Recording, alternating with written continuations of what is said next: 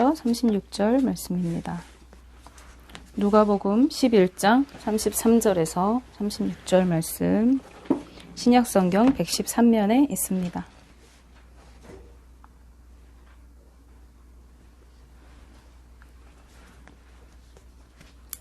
네, 말씀 제가 봉독해 올립니다. 누구든지 등불을 켜서 음속에나 말 아래에 두지 아니하고 등경 위에 두나니 이는 들어가는 자로 그 빛을 보게 하려 함이라. 내 몸의 등불은 눈이라. 내 눈이 성하면 온 몸이 밝을 것이요 만일 나쁘면 내 몸도 어두우리라. 그러므로 내 속에 있는 빛이 어둡지 아니한가 보라. 내 온 몸이 밝아 조금도 어두운 데가 없으면 등불의 빛이 너를 비출 때와 같이 온전히 밝으리라 하시니라. 아멘. 사랑의 하나님 감사합니다. 오늘도 주님을 예배하게 하시고 하나님의 귀한 말씀을 나누게 하시니 감사합니다.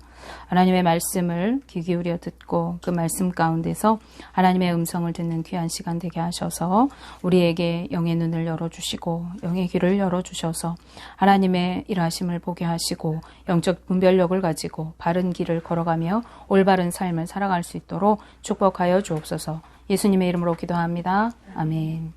네, 오늘은 빛 가운데 거하는 삶이라는 제목을 가지고 말씀을 나눕니다. 네, 옛 속담에 이런 말이 있습니다. 낯 놓고 기억자도 모른다. 또 쇠기의 경일기다 라는 말입니다. 네, 이 말들은 모두가 말을 아무리 말을 해주어도 못 알아듣는 그런 답답한 사람들을 이럴 때 하는 말입니다.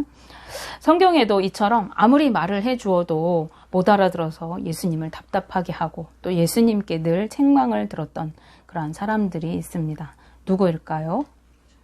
네, 이원숙 전도사님은 아니고요. 바로 유대인들, 그 중에서도 바리새인과 유대의 종교 지도자들이었습니다. 오늘 본문 말씀은 그 앞전에 바알세불 논쟁에 이어서 예수님께서 그 요나의 표적과 그리고 등불과 눈의 비유를 들어서 바리새인들에게 말씀하시는 그런 내용입니다. 네, 어느 날 예수님께서 귀신 들린 한 사람을 만나셨어요. 예수님께서 그를 괴롭게 하는, 말 못하게 하는 귀신을 쫓아내시고 그를 치료해 주셨습니다. 그런데 이 모습을 지켜보던 그런 바리새인들, 유대인들이 예수님을 향하여 비방하기 시작했어요. 예수님께서 귀신의 왕인 바알세불을 힘입어서 귀신을 쫓아냈다고 하는 것이었습니다.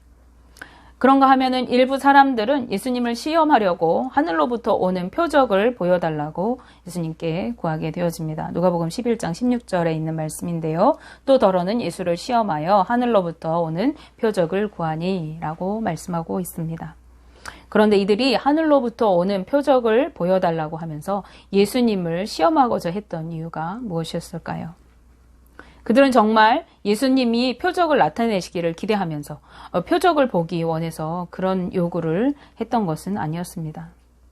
그것은 그들이 불신앙과 편견으로 그들의 시야가 어두워져서 제대로 볼 수 없었기 때문에 그런 것입니다.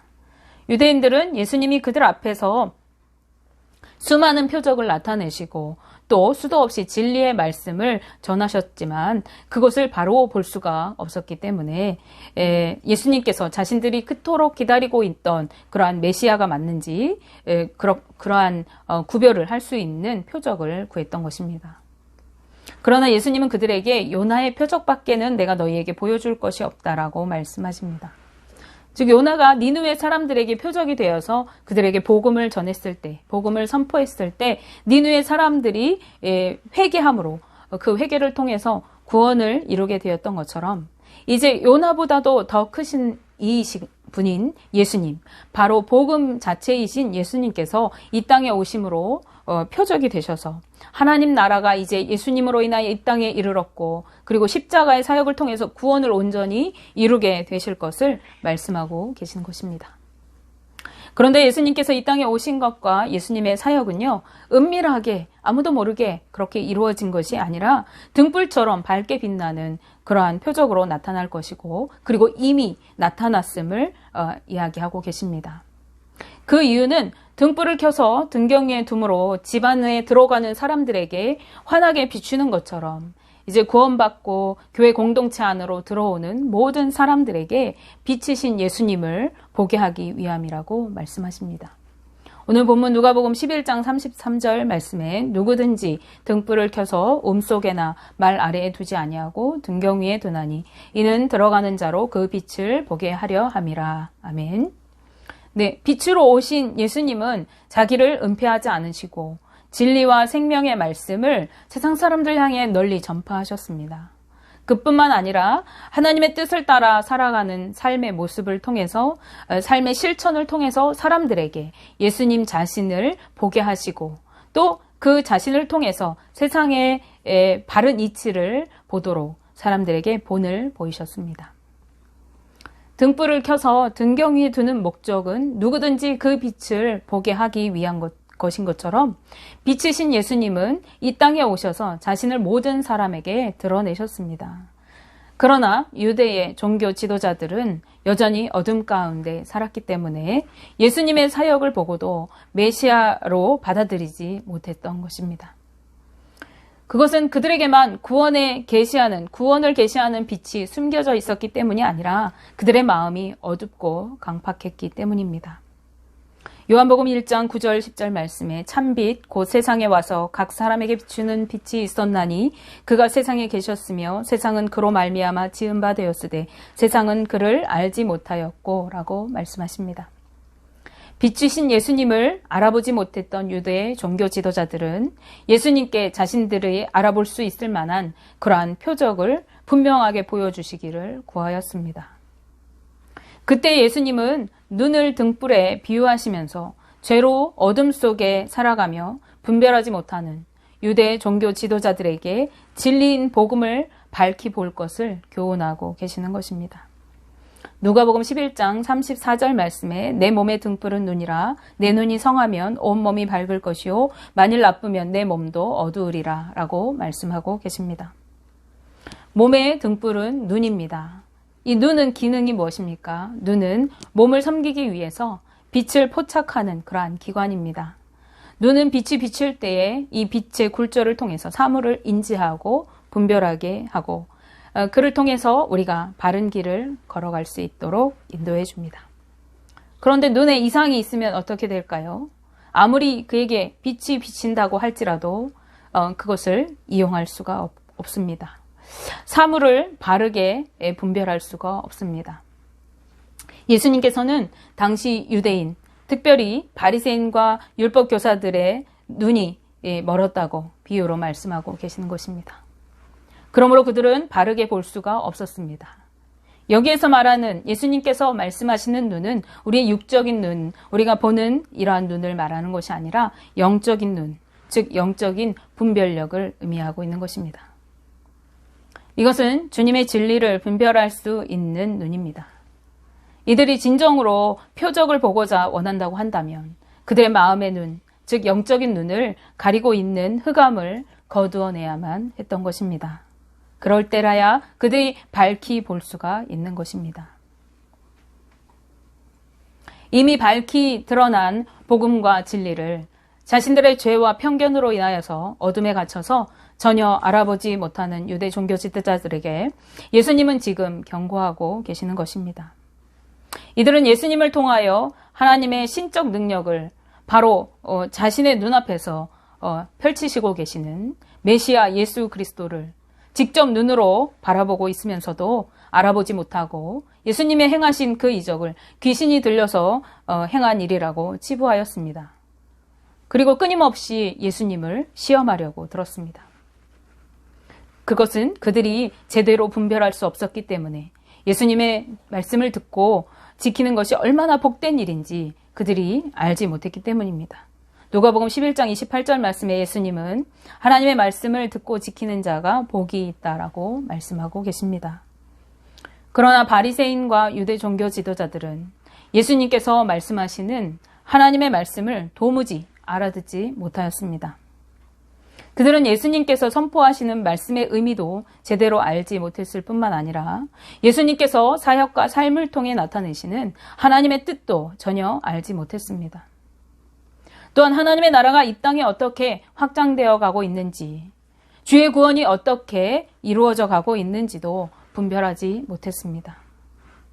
그것은 그들의 눈, 그들의 영적인 눈이 고장났기 때문에 그렇습니다. 사도행전 28장 27절 말씀에 이 백성의 마음이 우둔하여져서 그 귀로는 둔하게 듣고 그 눈은 감았으니 이는 눈으로 보고 귀로 듣고 마음으로 깨달아 돌아오면 내가 고쳐줄까 함이라 하였으니 라고 말씀합니다. 그들은 마음이 우둔하고 분별하지 못하여서 복음의 말씀을 귀로 듣고 복음의 본체이신 주님을 눈으로 직접 보았으면서도 전혀 깨닫지 못하는 그러한 자들이었습니다. 그러므로 예수님께서는 눈이 성하면 온몸이 밝을 것이라고 말씀하고 계십니다. 여기에서 성하다라는 말은 온전하다라는 의미입니다. 눈을 온전하게 하여야 온 몸이 밝을 것이라고 말씀하시는 것입니다. 밝히 볼 수 있어야 우리가 바르게 분별하고 그리고 바른 길을 걸어갈 수가 있습니다. 잠언 7장 2절 말씀을 함께 보시면 내 계명을 지켜 살며 내 법을 내 눈동자처럼 지키라 라고 말씀하십니다. 우리의 눈동자를 주님께 두고 주의 진리의 말씀에 초점을 맞추고 살아가면 우리의 영의 눈이 열려지고 진리를 아는 지각과 그리고 이성이 온전하게 되어집니다. 그리고 온 몸이 빛 가운데 밝게 살아갈 수 있게 되어지는 것입니다. 예수님께서는 유대 종교 지도자들에게 진리를 분별할 줄 아는 그들의 지각과 이성이 잘못되어 있지 않은가 살펴보도록 그리고 스스로 경계하라고 촉구하고 계십니다. 바로 35절 말씀인데요. 그러므로 내 속에 있는 빛이 어둡지 아니한가 보라라고 하십니다. 이 말씀에서 보라라고 하는 말의 원어인 스코페이라는 말은 숙고하다, 조심하다라는 그러한 뜻을 가지고 있습니다. 그들의 지각과 이성이 죄로 물들어 어둡고 강팍하여져서 잘못되어 있지 않은지 스스로 살피고 그리고 조심하라고 하는 그러한 뜻입니다. 이것은 당시 유대의 종교 지도자들뿐만 아니라 오늘 예수님을 믿고 있는 저와 우리 여러분들에게도 마찬가지로 주어지는 말씀입니다. 우리는 우리의 지각과 이성이 죄로 물들어 어둡고 강팍하여져서 진리를 분별할 줄 아는 영의 눈이 병들어 주님의 진리를 바로 깨닫지 못하며 살아가고 있지는 않은지 스스로 살피고 그리고 점검해야만 합니다. 네, 유대 종교 지도자들은 그들의 어두운 지각과 양심을 밝혀줄 거룩함과 지혜와 그리고 영적인 기쁨이 속히 회복되어야 했습니다. 그럴 때에라야 예수 그리스도를 통하여 이 땅에 도래한 하나님의 나라를 바로 보게 되어질 것이고 또 그 나라를 체험하며 살아갈 수 있습니다. 뿐만 아니라 하나님의 나라를 위해 일하는 헌신된 자들로 세워질 것이었습니다. 예수님께서 말씀하시는 내 속에 있는 빛은 하나님의 진리를 깨닫는 데 있어서 필수적인 요소입니다. 우리는 진리를 깨닫는 데 필요한 이성 및 영적 감각, 즉 영적인 분별이 죄악과 탐욕 그리고 잘못된 나의 편견으로 인해서 흐려져 있지 않은지, 우리의 영적인 눈이 어두워져서 주님의 뜻을 바로 분별하지 못하면서 살아가고 있지는 않은지 항상 점검하며 살아가야 합니다. 그리하여 주님의 진리의 말씀을 옳게 분별하며 빛 가운데에서 살아가는 삶을 이루어가야 하는 것입니다. 원하기는 저와 우리 성도님들이 영적인 분별력을 가지고 빛 가운데 거하는 삶을 이루어 가시고 주님의 그 축복과 은혜를 누리며 하나님의 나라를 누리는 삶이 되시기를 주님의 이름으로 축복하며 기도합니다.